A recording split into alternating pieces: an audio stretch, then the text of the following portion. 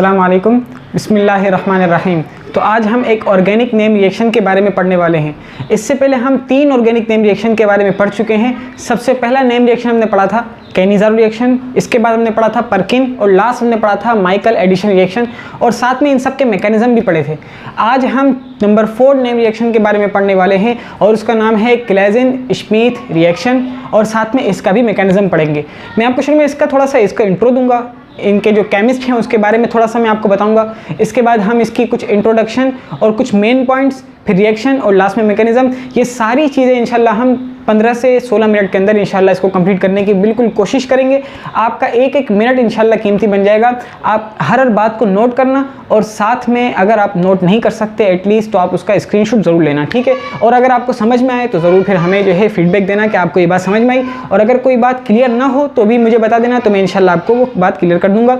आप अगर चाहें तो डिस्क्रिप्शन के अंदर सारे अकाउंट मौजूद हैं, वहाँ पर आप कॉन्टैक्ट कर सकते हैं। चाहे व्हाट्सएप के जरिए से आप कॉन्टैक्ट करें, बिल्कुल ईजी है, तो मैं वहाँ पर आपको वॉइस कर दूंगा, ठीक है ना, जो बात आपको क्लियर नहीं होगी। तो टॉपिक का नाम क्या है? हमारे टॉपिक का नाम है क्लेजेन श्मिट रिएक्शन। मैं कुछ अहम बातें भी बीच बीच में बताता रहूँगा आपको, और जो कुछ वर्ड ऐसे होते हैं जो हम कभी पढ़ते हैं लेकिन हमें वो बात समझ में नहीं आती, तो वो भी बात इंशाल्लाह आपको क्लियर कर दूंगा। साथ में एक चीज़ मैं टॉपिक के साथ ही आपको बता दूं, स्टार्टिंग के साथ ही, कि टॉपिक का नाम तो आपको पता लग गया कि हमारे टॉपिक का नाम है क्लेजेन, ठीक है। इसको मैं पढ़ रहा हूँ श्मिट, ठीक है ना। इसकी प्रोनाउंसिएशन ज़रा इस पर हम थोड़ी बात कर लें, फिर इसके बाद आगे हम अपना काम करते हैं, ठीक है ना। क्लेजेन श्मिट रिएक्शन, देखिए भाई, ये जो वर्ड लिखा हुआ है ये एक जर्मन वर्ड है, ठीक है ना, और इसकी प्रोनाउंसिएशन भी जर्मन वाले ही हमें सही समझा सकते हैं। इसको सही तरीके से पढ़ा जाता है श्मिट, ठीक है ना। कोई स्मिथ पढ़ता है, कोई क्या पढ़ता है, तो बहरहाल इसकी सही प्रोनाउंसिएशन क्या है? श्मिट, ठीक है। क्लेजेन श्मिट रिएक्शन, ठीक है।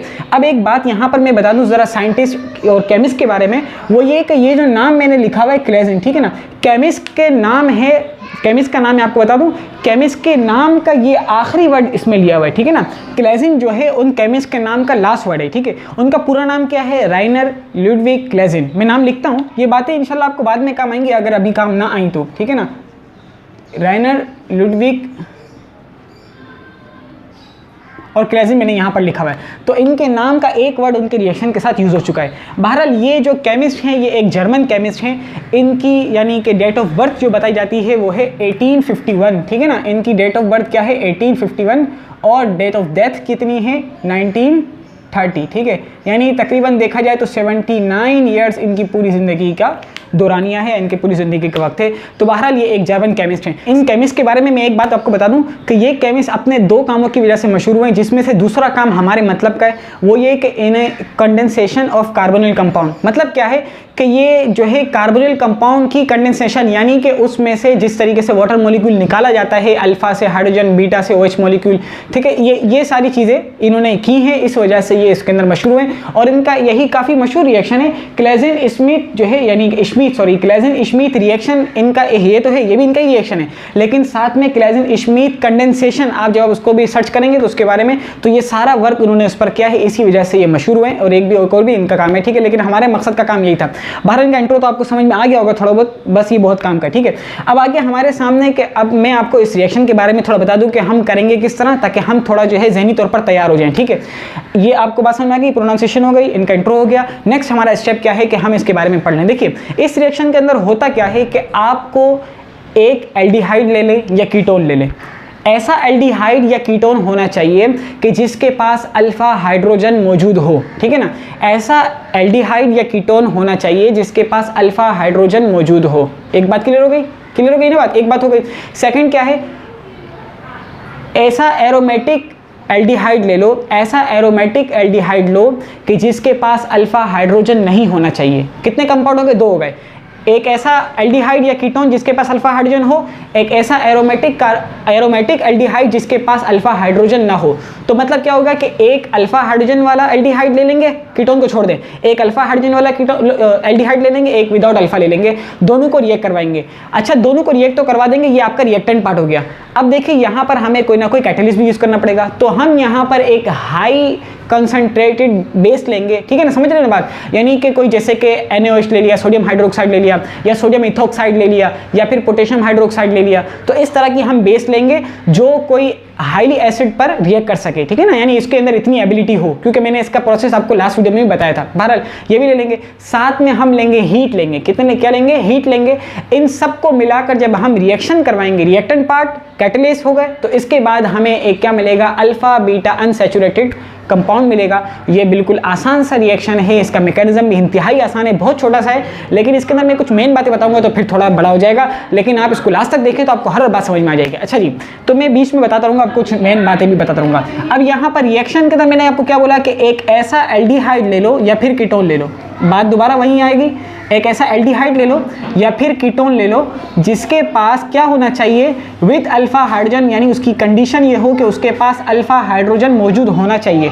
साथ में एक ऐसा एरोमेटिक एल्डिहाइड ले लो, एरोमेटिक को मैंने क्या लगा दिया, ए डॉट लगा दिया, और एल्डिहाइड को मैं इस तरह लगा देता हूँ, ठीक है ना। एल्डिहाइड ले लो जिसके पास अल्फा हाइड्रोजन नहीं होना चाहिए, विदाउट अल्फा हाइड्रोजन, ठीक है, इसकी कंडीशन भी समझ में आ गई है। और साथ में आपके पास कैटलिस्ट कैसा होना चाहिए, कोई हाईली बेस होनी चाहिए, ऐसी बेस कि जो हाईली एसिड पर क्या कर सके, अटैक कर सके, ठीक है। तो एग्जाम्पल ऐसे ले लेते हैं कि हम मेटल OH लगा देते हैं, मेटल में कौन सा आ जा सकता है, मेटल में सोडियम पोटेशियम कुछ भी आ सकता है, साथ में हमने लेनी है हीट लेनी है, तो इसके नतीजे में हमारे पास क्या मिलेगा, अल्फा बीटा अनसैचुरेटेड कंपाउंड मिलेगा। यही आपका क्या है, यही क्लेजिन श्मिथ रिएक्शन है, और मैकेनिज्म के अंदर ये बात क्लियर होगी, ठीक है। ये तो मैंने वर्डिंग लिखी है ना, इसकी एग्जाम्पल भी लिख लेते हैं, ठीक है। यहाँ पर एल्डिहाइड के लिए मैं एल्डिहाइड या कीटोन कोई भी ले सकते हैं, और एल्डिहाइड कौन सा लेना चाहिए, एरोमेटिक एल्डिहाइड, ठीक है। तो मैं पहले एरोमेटिक कंपाउंड बनाता हूँ और उसके साथ एल्डिहाइड को अटैच कर देता हूँ, नाम आपको खुद ब खुद जहन में आ जाएगा, ठीक है ना। ये तो क्या एरोमेटिक कंपाउंड है। अब मुझे इसके साथ क्या करना है, एक एल्डिहाइड अटैच कर देना है। एल्डिहाइड का मतलब क्या होता है, C डबल बॉन्ड O और H, क्लियर है ना। ये एल्डिहाइड के लिए ये फंक्शनल ग्रुप यूज होता है CHO, क्लियर है।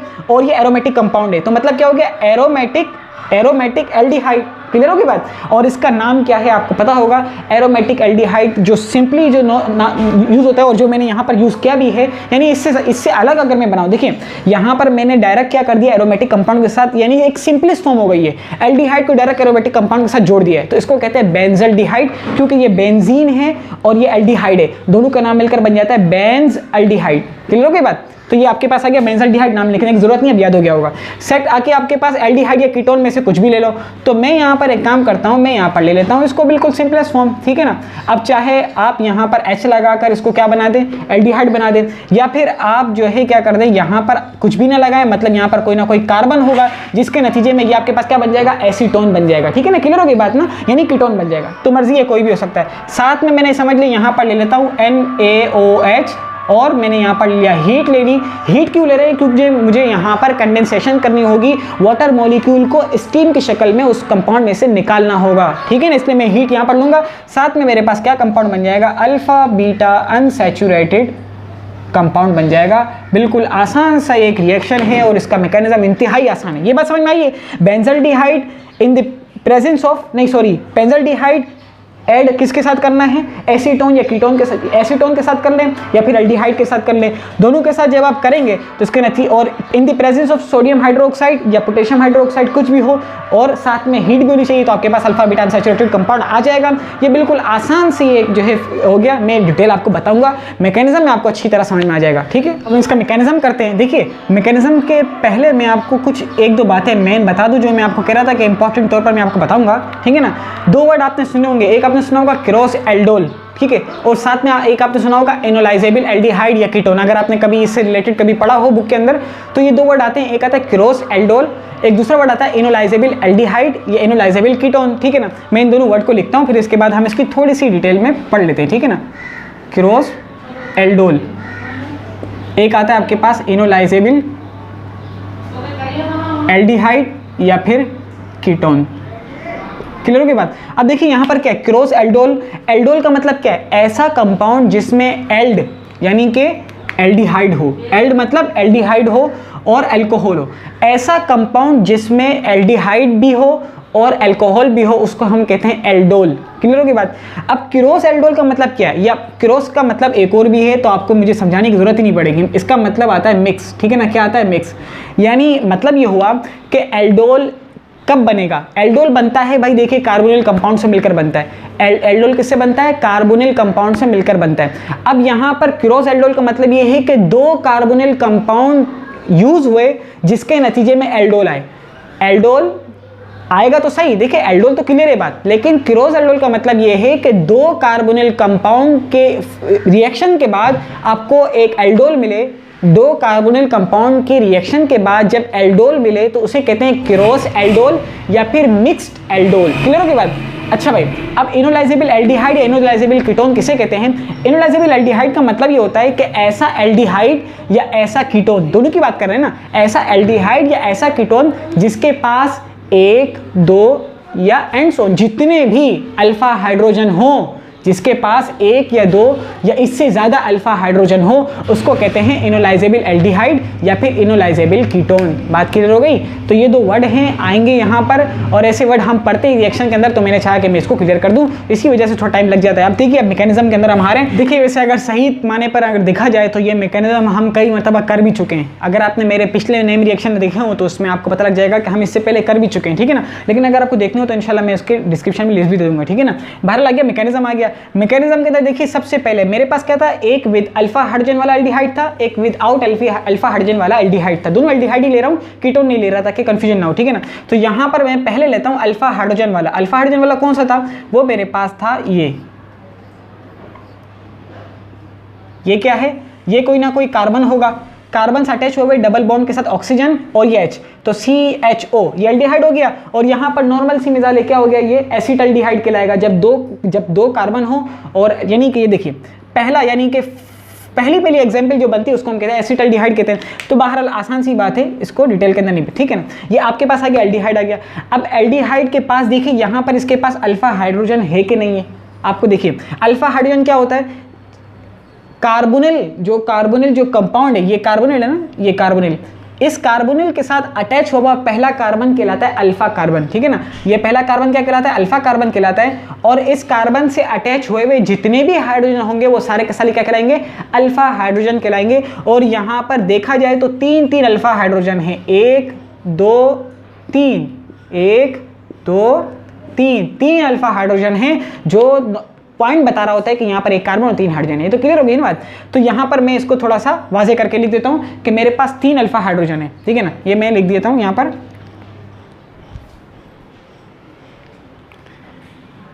ये आ गया मेरे पास, यहाँ पर कार्बन आ गया, ठीक है। कार्बन के साथ एक हाइड्रोजन, ये भी अल्फा है, ये वाला भी अल्फा है और ये वाला भी अल्फा है। क्लियर हो गई ना बात? अब यहाँ पर मैंने आपसे कहा था कि मैं ऐसी बेस यूज़ करूँ जो जिसकी कंसंट्रेशन काफ़ी ज़्यादा हो। वो नॉर्मली क्या है, सोडियम हाइड्रोक्साइड ले लूँ या फिर मैं यहाँ पर सोडियम इथोक्साइड ले लूँ, कोई भी ले लूँ, जिस उसके अंदर मुझे असल क्या यूज़ करना है, उसके अंदर से मुझे असल यूज़ करना है OH यूज़ करना है, ठीक है ना। ठीक, बात समझ में आ रही है? अब मैं यहाँ पर क्या करता हूँ, OH को ले लिया, यानी कि जो अभी फिलहाल बेस है, ठीक है ना। अब ये बेस क्या करेगी, ये आकर इस भाई साहब पर अटैक कर जाएगी। किस पर अटैक करेगी? ये अल्फा हाइड्रोजन पर आकर अटैक कर लेगी, चाहे इस पर करे, इस पर करे, कोई इशू नहीं है। बहरहाल ये मैं समझ लें कि ये इसने आकर इस पर अटैक कर दिया। क्यों करा? क्योंकि अल्फा हाइड्रोजन जो होता है वो काफ़ी ज़्यादा ही एसिडिक होता है, वजह क्या होती है, हाइड्रोजन कंपाउंड हाइड्रोजन एलिमेंट काफ़ी लूज है, तो इससे इलेक्ट्रॉन को लेना आसान होता है। तो ये जो कार्बोनिल होते हैं ना, कार्बोनिल, ये कार्बोनिल इससे इलेक्ट्रॉन लेता है, जिसकी वजह से ये इलेक्ट्रॉन डेफिशिएंट हो रहा होता है। तो यही इससे इलेक्ट्रॉन लेता है, जिसकी वजह से क्या आता है, ये अपनी इलेक्ट्रॉन डेंसिटी को इक्वल करने के लिए या बराबर करने के लिए या ऑलमोस्ट तकरीबन करीब करने के लिए क्या करता है, ये इससे इलेक्ट्रॉन लेने की जरूरत करता है, या इससे जितने भी अल्फा हाइड्रोजन है, ठीक है ना। तो अल्फा हाइड्रोजन देने भी ये तैयार भी हो जाते हैं क्योंकि लूज होते हैं ये, तो इसी वजह से ये क्या कराते हैं, ये काफ़ी ज़्यादा ही एसिडिक होते हैं। तो आसान सी बात है, दोबारा मैं क्लियरिफिकेशन कर दी। तो ये एसिडिक होने की वजह से ये बेस जाकर इस एसिडिक हाइड्रोजन पर अटैक करती है, जिसके नतीजे में आपके पास यहाँ पर क्या चीज़ लूज हो जाती है, H2O। क्या लूज हो गया? OH ने H पर अटैक किया, जिसके नतीजे में आ गया H2O, यहाँ से लूज हो गया। क्लियर हो गई ना बात? अच्छा, अब आपके पास बच क्या गया? यहाँ पर आसान सी बात है, एक कार्बन, दूसरा कार्बन, ये मैं नीचे बनाता हूँ ऑक्सीजन, और ये एल्डिहाइड आ गया, पूरा एल्डिहाइड है ये, ठीक है ना। और साथ में जब मेरे पास पहले कितने हाइड्रोजन थे, 2 थे, सॉरी 3 थे, अब मेरे पास आ गए 2, और साथ में मेरे पास क्या आ गया, इधर नेगेटिव चार्ज आ गया।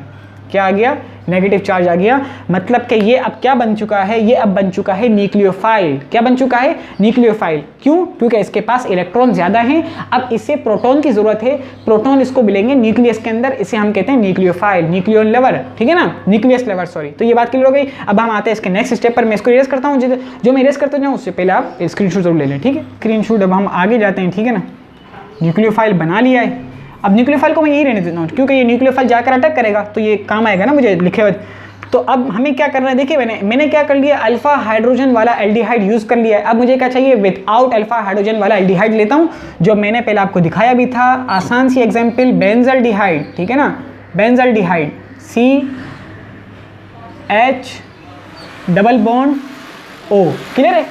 अब ये क्या करेगा, ये जो आपको दिख रहा है ना, ये न्यूक्लियोफाइल, जो कार्बन एज ए न्यूक्लियोफाइल काम कर रहा है, यानी कि कार्बन 9 है ना ये, तो ये क्या करेगा, एज ए न्यूक्लियोफाइल काम करेगा। और ये अटैक किस पर करेगा, न्यूक्लियोफाइल यकीनन इलेक्ट्रोफाइल पर अटैक करेगा। तो क्या हो जाएगा कि उसको इलेक्ट्रॉन चाहिए, उसको इलेक्ट्रॉन मिल जाएंगे, इसको न्यूक्लियन चाहिए, यानी कि इसको प्रोटॉन चाहिए, इसको प्रोटॉन मिल जाएंगे। तो बहरहाल ये क्या, देखिए अब यहाँ पर बात क्लियर करें, ये कार्बन इस ऑक्सीजन के साथ दो बॉन्ड बनाए हुए हैं, और ऑक्सीजन हाई इलेक्ट्रोनेगेटिव कंपाउंड है। तो ऑक्सीजन कार्बन से इलेक्ट्रॉन को अपने पास खींचने की कोशिश करेगा, जिसकी वजह से कार्बन की इलेक्ट्रॉन डेंसिटी इंतहाई कम हो जाएगी, क्योंकि एक बॉन्ड नहीं है, 2 बॉन्ड है। तो इस वजह से इस पर क्या आ जाएगा, पार्शियली पॉजिटिव चार्ज आना शुरू हो जाएगा। अब ये पार्शियली पॉजिटिव का मतलब क्या है कि ये काफ़ी एसिडिक होता जा रहा है। तो इसकी ज़रूरत को ख़त्म करने के लिए यहाँ पर भाई साहब बैठे हुए, ये आकर इसकी ज़रूरत को पूरा कर देंगे, है कि नहीं, डोनेट कर देंगे एक तरीके से। तो ये इसने आकर इस पर अटैक किया, जिसके नतीजे में मेरे पास कंपाउंड कुछ इस तरह का बन जाएगा। परेशान नहीं होना है, बिल्कुल आसान है, ठीक है ना। ये एल्डिहाइड को, यानी कि इस एरोमेटिक कंपाउंड को कुछ भी नहीं हुआ, ठीक है। मैं कार्बन को यहाँ पर बनाता हूँ, ये मैंने बना दिया कार्बन को यहाँ पर। इससे बाद मैं यहाँ से आपको एक चीज़ बताऊँगा, ठीक है ना। ये मैंने, और डबल बॉन्ड ऑक्सीजन को कुछ भी नहीं हुआ है, क्लियर हो गई बात, हुआ है नहीं हुआ है, हुआ है भाई, हुआ है, क्यों नहीं हुआ है, क्यों, क्योंकि यहाँ पर समझ ले, पहले बना लेते हैं, ठीक है ना। साथ में मैंने यहाँ पर ये कार्बन ने इसके साथ बॉन्ड बना लिया है कि नहीं है, कार्बन ने बॉन्ड बना लिया ना इसके साथ। इस कार्बन पर 2 हाइड्रोजन थे और एक नेगेटिव चार्ज था, जो अब ख़त्म हो चुका है। क्या वजह है, वजह सिर्फ और सिर्फ ये है कि उसने इलेक्ट्रॉन को शेयर कर दिया है, ठीक है ना। तो यहाँ पर क्लियर हो गए ना, 4 हो गए ना दोबारा, एक जो यहाँ पर फ्री था उसने इसके साथ बना लिया, ये बना हुआ है। अच्छा जी, और ये तो अपनी जगह पर एल्डिहाइड मौजूद है, क्लियर हो गई बात। अच्छा जी, मेरा कंपाउंड यहाँ पर आप देख लें, ये वाला कंपाउंड है, देख रहे हैं ना। ये मैं इसको थोड़ा सा अलग से भी दिखा दूं आपको।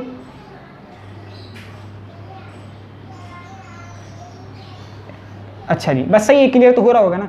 अब देखिए यहाँ पर जब इस कार्बन के साथ, देखिए इसकी जो इलेक्ट्रॉन, यानी जो इसकी जो शेयरिंग थी वो तो क्लियर थी, लेकिन मसला क्या रहा था, इसकी इलेक्ट्रॉन डेंसिटी कम हो रही थी, जिसकी वजह से इसने इसको डोनेट कर दिया, ठीक है ना।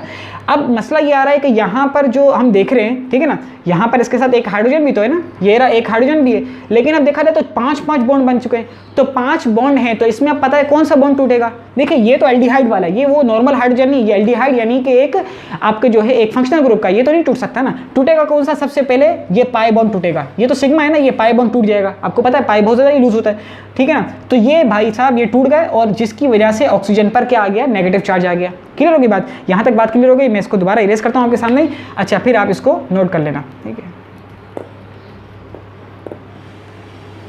ये बातें क्लियर हुई थी ना, क्रॉस एल्डोल और साथ में इनोलाइजेबल एल्डिहाइड। अच्छा जी, यहाँ आप देख रहे थे कि यहाँ पर एक ऑक्सीजन था, जिसके ऊपर क्या आ गया था, नेगेटिव चार्ज आ गया था।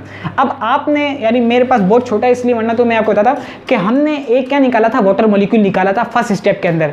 आपको याद होगा हमने यहाँ पर फर्स्ट स्टेप के अंदर क्या निकाला था, वाटर मॉलिक्यूल निकाला था, ठीक है ना। उसी वाटर मॉलिक्यूल को मैं यूज़ करूंगा, मेरे पास बहुत छोटा, वरना मैं आपको उसी वक्त दिखाता। तो अब क्या होगा कि ये नेगेटिव चार्ज भाई साहब क्या करेंगे, ये जाकर इस पर अटैक करेंगे। किस पर अटैक कर रहे हैं, ये वाटर मॉलिक्यूल के हाइड्रोजन पर जाकर अटैक करेंगे, जिसके नतीजे में मेरे पास कुछ इस तरह का कंपाउंड आ जाएगा। देख लीजिए आप, ये क्या है, एक एरोमेटिक कंपाउंड है, जिसको अब तक कुछ भी नहीं हुआ है, ठीक है। साथ में ये आ गया कार्बन आ गया, और साथ में यहाँ पर ऑक्सीजन, जिस पर नेगेटिव चार्ज था, लेकिन अब वो खत्म हो चुका हाइड्रोजन के इसके साथ अटैच होने की वजह से, ठीक है। और यहाँ पर एक है हाइड्रोजन है, क्लियर होगी बात, और इसके साथ एक कार्बन अटैच हुआ हुआ है, जिसके साथ 2 हाइड्रोजन है, ठीक है, 2 हाइड्रोजन है। अच्छा जी, और एक एल्डिहाइड का फंक्शनल ग्रुप यहाँ पर जो मैंने आपको दिखा दिया। क्लियर हो गई बात? अच्छा जी, अब मैं क्या कर, ये देखिए आपको ये बात समझ में आ गई है कि नहीं आई है? यहाँ पर देखिए कि ये एरोमेटिक एल्डिहाइड है, यहाँ पर कार्बन और डबल बॉन्ड ऑक्सीजन था। डबल बॉन्ड ऑक्सीजन क्यों टूटा? क्योंकि कार्बन की जो इलेक्ट्रॉनिक कन्फिग्रेशन हद से ज़्यादा हो गई थी, तो वो तो इतने सारे बॉन्ड बना नहीं सकता, 4 से ज़्यादा बना नहीं सकता, 4 से कम बना सकता है। तो इसने क्या कर दिया भैया कि यहाँ पर डबल बॉन्ड ऑक्सीजन के साथ जो बना हुआ था पाई बॉन्ड, वो तोड़ दिया। पाई बॉन्ड इजीली टूट जाता है, वजह ये भी है। तो ये क्या हो गया, फिर इसने जाकर हाइड्रोजन के साथ अटैक किया, इस नेगेटिव चार्ज ने जाकर उस पर अटैक किया, प्रोटॉन पर। ये प्रोटॉन है, प्रोटॉन ये, ठीक है ना। तो इसने जाकर इस पर एज बेस अटैक कर दिया, एज न्यूक्लियर अटैक कर दिया। अब ये क्या आ गया, इसके जाकर अटैच हो गया, ठीक है ना। तो इस तरह का आपके पास कुछ कंपाउंड आ चुका है, ठीक है ना। ये देख रहे हैं आप, ये कंपाउंड मेरे पास कुछ इस तरह का आ चुका है। अब देखिए मैं आपको थोड़ा लास्ट बस स्टेप, 1-2 स्टेप है, फिर मैं आपको खत्म कर दूँ, ठीक है ना। मैंने इसको यहाँ पर थोड़ा साफ सुथरा करके लिख दिया। अब यहाँ पर आपको मैं बताऊँ, देखिए हमने कुछ इंट्रो के अंदर क्या पढ़ा था कि हम एक एरोमेटिक एल्डिहाइड लेंगे जिसके पास अल्फा हाइड्रोजन ना हो, और एक नॉर्मल एल्डिहाइड या कीटोन लेंगे जिसके पास अल्फा हाइड्रोजन हो। दोनों का आपस में रिएक्ट करवाएंगे in the presence of highly concentrated base, ठीक है ना, और साथ में हीट भी लेंगे। तो हमने क्या किया, देखिए हमने क्या क्या कर लिया, हमने अल्फा हाइड्रोजन वाले एल्डिहाइड को भी यूज़ कर लिया, विदाउट अल्फा हाइड्रोजन वाले एल्डिहाइड को भी यूज़ कर लिया, बेस को भी यूज़ कर लिया, ठीक है ना, और बेस के नतीजे में जो वाटर मॉलिक्यूल निकला था उसको भी यूज़ कर लिया। अब देखिए हमारे पास बचा क्या है, हमारे पास बची है हीट बची हुई है, ठीक है ना। अब हमने हीट को यूज़ नहीं किया है, तो हीट को यूज़ कर लेते हैं, मतलब आखिरी स्टेप है ना, तो हीट को यूज़ करना है। तो हीट को यूज़ करने के लिए क्या करना होगा हमें, यहाँ पर मैं लिख देता हूँ, हीट को लिख दिया, ठीक है ना। यानी कि आपने उसको बर्निंग करेंगे तो उसके नतीजे में होगा क्या, आपको पता है कि ये क्या है, एक फंक्शनल ग्रुप है, ठीक है ना। और इस फंक्शनल ग्रुप से अटैच हुआ पहला कार्बन क्या है, अल्फा कार्बन है, दूसरा क्या है, बीटा है, ठीक है ना। क्या है, बीटा है। अब अल्फा कार्बन से हाइड्रोजन का निकलना और बीटा कार्बन से हाइड्रोक्सी का निकलना, ठीक है ना, अल्फा कार्बन से हाइड्रोजन का निकलना, बीटा कार्बन से हाइड्रोक्सी का निकलना, ये क्या कहलाता है, ये कहलाती है कंडेंसेशन। हीट की प्रेजेंस में होता क्या है, मैंने शुरू में बताया था कि अल्फा से हाइड्रोजन, बीटा से हाइड्रोक्सी, दोनों मिलकर वाटर मॉलिक्यूल, यानी कंडेंसेशन का मतलब ही यही है कि आप जब उसको बर्निंग यानी बर्न करेंगे या जलाएंगे या हीट देंगे, जिसके नतीजे में क्या होगा कि स्टीम की शक्ल में वहाँ से वाटर मॉलिक्यूल निकल जाएगा। तो बात समझ में आ गई, यहाँ से आप हाइड्रोजन निकल रहा है, यहाँ से हाइड्रोक्सी निकल रहा है, तो बन क्या रहा है देख लेते हैं यहाँ पर हम, ठीक है ना। ये आपके पास एरोमेटिक जिसको अब तक कुछ भी नहीं हुआ, ये कार्बन, ठीक है, साथ में यहाँ पर हाइड्रोजन, ठीक है, यहाँ पर भी कार्बन, यहाँ पर एक हाइड्रोजन, और ये आपके पास आ गया फंक्शनल ग्रुप, ठीक है, जिसकी वजह से ये सारी कंडेंसेशन इस तरह से हुई है, ठीक है ना। Alpha carbon, beta carbon, alpha से हाइड्रोजन चला गया, बीटा से चला गया, दोनों के पास एक फ्री इलेक्ट्रॉन बच चुका है, जिसके नतीजे में अब होगा क्या कि ये और ये दोनों क्या करेंगे, आपस में मिलकर एक बॉन्ड बना लेंगे। देख रहे हैं आप, ये इसने क्या कर दिया, एक बॉन्ड बना लिया, दोनों के पास एक एक फ्री बचा हुआ था, दोनों ने अपनी जो है इलेक्ट्रो कन्फिग्रेशन को इक्वल करने के लिए क्या कर दिया, दोनों को शेयरिंग कर दी इलेक्ट्रो, ठीक है ना, अपना लोई स्ट्रक्चर कंप्लीट कर लिया, अपना ऑक्टेट कंप्लीट कर लिया, जिसके नतीजे में यहाँ पर एक बॉन्ड क्या बन गया, डबल बॉन्ड बन गया। अब इसको हम क्या कहते हैं, अनसैचुरेटेड बॉन्ड, क्या कहेंगे, अनसैचुरेटेड। देखिए अब बात तो यहाँ पर, देखिए बात तो यहाँ पर सब कुछ खत्म हो चुकी है, मेरी जितनी बातें बतानी थी वो सब कुछ क्लियर हो चुकी। देख लें यहाँ पर आप, यहाँ पर ये क्या है, फंक्शनल ग्रुप है। फंक्शनल ग्रुप्स के बाद पहला कार्बन अल्फा, दूसरा बीटा। आप देख रहे हैं कि अल्फा और बीटा के दरमियान क्या है, अनसैचुरेशन है, मतलब अल्फा और बीटा के दरमियान डबल बॉन्ड है। तो हम इसको क्या कहेंगे, अल्फा बीटा अनसैचुरेटेड, क्या कहेंगे, अल्फा बीटा अनसैचुरेटेड कंपाउंड, ठीक है ना, अल्फा बीटा अनसैचुरेटेड कंपाउंड कहलाएगा।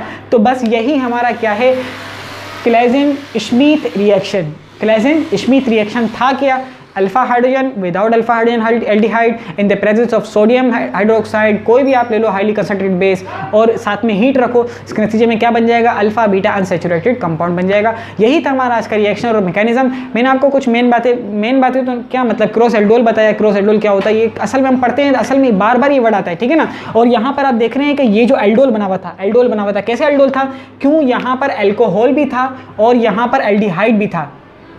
ये देख रहे हैं आप, ये अल्कोहल और ये था एल्डिहाइड, जिसके नतीजे में दोनों की कंपोजिशन कर दे तो क्या बन जाता है, एल्डोल। क्या बन जाता है, एल्डोल। और ये एल्डोल दो एल्डिहाइड या दो कार्बोनिल कंपाउंड से मिलकर बना था। एक कार्बोनिल कंपाउंड क्या था, विद अल्फा हाइड्रोजन वाला था, एक विदाउट वाला था। बता रहा हूँ कि दो थे, दोनों ने आपस में जब रिएक्शन किया, इसके बाद आपके पास क्या आया था, ये दो डिफरेंट कार्बोनिल कंपाउंड के नतीजे में आपके पास अगर एल्डोल आए तो उसको हम कहते हैं क्रॉस एल्डोल, और ये वर्ड मुझे बताना ज़रूरी था, ठीक है ना। और एक आपको बताया था एनोलाइजेबल एल्डिहाइड। एनोलाइजेबल एल्डिहाइड मैंने बताया कौन सा था, जिसके पास अल्फा हाइड्रोजन मौजूद था, जो मैंने यहाँ पर एसिटाल्डिहाइड यूज़ किया था। तो ये 2 बातें बताई थी, साथ में कुछ इसका इंट्रो बताया था, इसका नाम आपको बताया कुछ। तो अगर आपको ये समझ में आया, देखिए बड़ा हो जाता है वीडियो, काफ़ी लेंदी हो जाती है, लेकिन इसके अंदर सारी बातें इंक्लूड करनी होती हैं। तो अगर आपको यहाँ तक कुछ बात समझ ना आई हो या बात समझ आई हो तो दोनों सूरतों में हमें बताएं, कमेंट के ज़रिए से या फिर इनबॉक्स के ज़रिए से। यहाँ तक आपने देखा, इसके लिए आपका बहुत बहुत शुक्रिया। जज़ाकल्लाहु खैर।